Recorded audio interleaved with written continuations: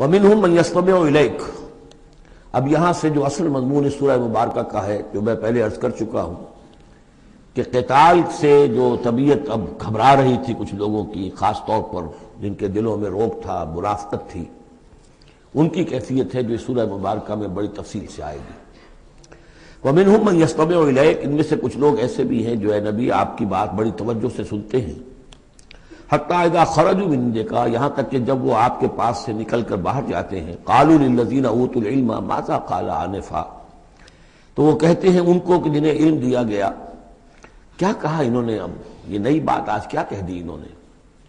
یہ اوتوا العلم سے مراد اہل ایمان بھی ہو سکتے ہیں کہ وہ لوگ اہل ایمان میں سے جو لوگ ان میں زیادہ سمجھدار ہیں اور جن کو سمجھتے ہیں کہ زیادہ ان کو اللہ نے فہم عطا فرمایا، ان سے پوچھتے ہیں یہ بات کچھ سمجھ میں نہیں آئی جو آج کہی ہے محمد نے صلی اللہ علیہ وسلم، یا پھر یہ اہل کتاب سے جا کر پوچھتے ہیں جو علم والے، جن کو علم پہلے دیا گیا تھا، ماذا قال آنفا، یہ کیا کہہ دیا، یعنی جنگ کے بارے میں جو بھی اب کوئی تجویز ہو رہی ہے، اقدام کا مرحلہ ہے، اب نکلنا ہے، قریش کے قافلوں کا پیچھا کرنا ہے، ماذا قال آنفا اولئک الذین طبع اللہ علی قلوبہم،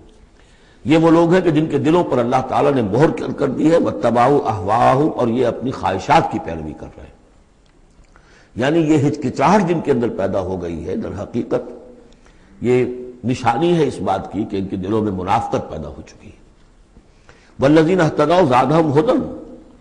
اور جو ہدایت پر ہے اللہ تعالیٰ نے ان کی ہدایت میں اضافہ کیا ہے، اس نئے مرحلے کے آنے سے ان کے جوش ایمان میں اور ذوق شہادت میں اضافہ ہو گیا ہے۔ وآتاہم تقواہم، اللہ تعالیٰ نے انہیں ان کے تقوی میں اور اضافہ فرمایا ہے۔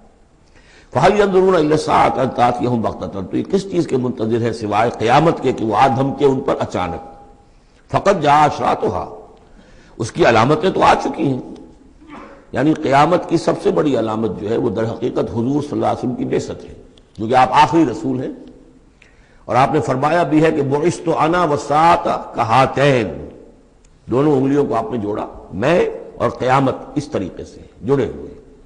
اب میرے بعد کوئی اور نبی نہیں، انا آخر المرسلین وانتم آخر الامم، میں آخری رسول ہوں، تم آخری امت ہو، تو اب آپ کی بات تو قیامت ہی آنی ہے۔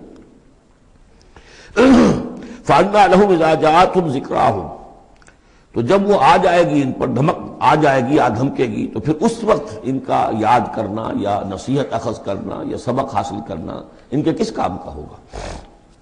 وَيَقُولُ الَّذِينَ آمَنُوا لَوْلَا نُزِّلَتْ سُورَةٌ، اور کہتے ہیں یہ لوگ جو ایمان کے دعوے دار ہیں، کیوں نہیں کوئی سورت نازل ہوئی۔ یہ بہت اہم آیت ہے اس سورت کی، کہ اصل میں حضور نے جب وہ چھوٹی چھوٹی مہمیں بھیجنی شروع کر دی تھی، اس وقت تک کوئی ایسی صحیح آیت جب اللہ کے راستے میں نکلو اور قتال کرو شاید نازل نہیں ہوئی۔ اذن کے درجے میں تو بات آ گئی کہ سورہ حج کے اندر آیت نازل ہو گئی تھی، لیکن سورہ حج کو بھی بعض حضرات چونکہ مدنی سمجھتے ہیں تو ہو سکتا ہے وہ بھی اس کے بعد نازل ہوئی ہو، اگر وہ رائے صحیح ہو۔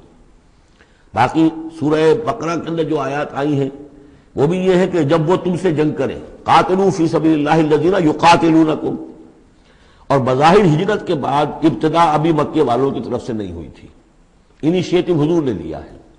چھوٹے چھوٹے دستے آپ نے بھیجنے شروع کر دیے، ان کا گھیراؤ گویا کہ آپ کر رہے۔ ایک تو پولیٹیکل آئسولیشن آف قریش، کہ جہاں بھی آپ گئے 4 مہموں میں تو آپ خود بھی تشریف لے گئے، 8 مہمات ہیں کل بدر سے پہلے، جن میں سے 4 میں آپ نے بھی شرکت فرمائی، اس لیے وہ غزوات کہلاتے ہیں۔ عام ہمارا خیال ہے کہ پہلا غزوہ جو ہے غزوہ بدر ہے، اس سے پہلے 8 ہیں مہمات، جن میں سے 4 سرایا ہیں جن میں حضور تشریف نہیں لے گئے، مسلمانوں کو آپ نے بھیجا، اور 4 غزوات ہیں۔ جہاں آپ گئے وہاں جا کر آپ نے وہاں کے قبیلے سے، اس علاقے میں جو قبیلہ آباد تھا اس سے آپ نے صلح کر لی۔ اب یا تو وہ پہلے حلیف تھا قریش کا، اب حلیف بن گیا وہ حضور کا صلی اللہ علیہ وسلم،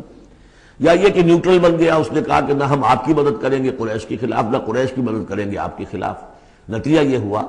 کہ پولیٹیکل جو انفلوئنس تھا، zone of influence, political influence Quraish کا وہ کم ہو رہا ہے۔ پھر آپ نے قافلوں کا پیچھا کیا تو اس سے اندازہ ہوا کہ اب ان کی لائف لائن جو ہے، ان کی تو شہرت تھی وہ، اس کے اوپر آپ نے ہاتھ ڈالا۔ یہ چیزیں چونکہ آپ کی طرف سے ہوئی ہیں، اس وقت تک مکے والوں کی طرف سے جو بھی کچھ انہوں نے کیا، مکے میں ستایا، مارا پیٹا، وہ تھے اپنی جگہ۔ ہجرت کے بعد ان کی طرف سے کوئی اقدام نہیں ہوا۔ اس پر یہ لوگ جو تھے، جو ذرا اس جنگ وغیرہ سے اور اس معاملے سے اپرا رہے تھے، تو ان کو ایک دلیل ملی ہوئی تھی، وہ کہتے تھے لولا نزل سورۃ، کیوں نہیں کوئی سورت نازل ہو جاتی. یہ تو محمد صلی اللہ علیہ وسلم نے خود ہی اپنا ایک سلسلہ شروع کر دیا ہے اپنی ذاتی رائے سے. ان کا خیال ہوگا جیسے کوئی مہم جو انسان ہوتا ہے، تو شاید اسی طریقے سے اب یہ جو ہے مہم جو انسان بن گئے. لولا نزل سورۃ فاذا انزل سورۃ محکمۃ، پھر جب ایک محکم صورت نازل کر دی گئی وذکر فیہا القتال، اور اس میں قتال کا حکم آ گیا. رأیت الذین فی قلوبہم مرض، تو اب تم دیکھو گے ان لوگوں کو کہ جن کے دلوں میں روگ ہے. ینظرون الیک نظر المغشی علیہ من الموت، اب آپ کی طرف ایسے دیکھیں گے جیسے وہ شخص دیکھتا ہے جس پر موت کی غشی طاری ہو رہی ہوتی ہے. دلیل ان کی ختم ہو گئی. اب وہ کہتے تھے کہ آیت اترے کو قرآن نازل ہو جس سے معلوم ہو کہ اب قتال ہے، یہ اللہ کا حکم ہے. اسی لیے اسی آیت میں جو لفظ قتال آیا ہے اسی کے حوالے سے اس سورت کا نام سورہ قتال بھی ہے. فَإِذَا أُنزِلَتْ سُورَةٌ مُحْكَمَةٌ وَذُكِرَ فِيهَا الْقِتَالُ رَأَيْتَ الَّذِينَ فِي قُلُوبِهِم مَّرَضٌ يَنظُرُونَ إِلَيْكَ نَظَرَ الْمَغْشِيِّ عَلَيْهِ مِنَ الْمَوْتِ فَأَوْلَىٰ لَهُمْ، تو افسوس ہے ان پر، بربادی ہے ان کے لیے. طاعۃ وقول معروف، دیکھو ایمان لائے ہو، ایمان کا دعویٰ کر رہے ہو تو اطاعت لازم ہے تم پر. طاعۃ وقول معروف، ہاں کوئی مشورہ دینا ہے، بھلی بات کہنی ہے، کوئی حرج نہیں ہے، مشورہ دے سکتے ہو، اچھی بات کہہ سکتے ہو، لیکن اطاعت کرنی پڑے گی. فَإِذَا عَزَمَ الْأَمْرُ، مشورے کے بعد جب فیصلہ ہو جائے، ایک بات طے ہو جائے، فَلَوْ صَدَقُوا اللَّهَ لَكَانَ خَيْرًا لَهُمْ، تو اب اگر انہوں نے جو وعدہ اللہ سے کیا ہوا تھا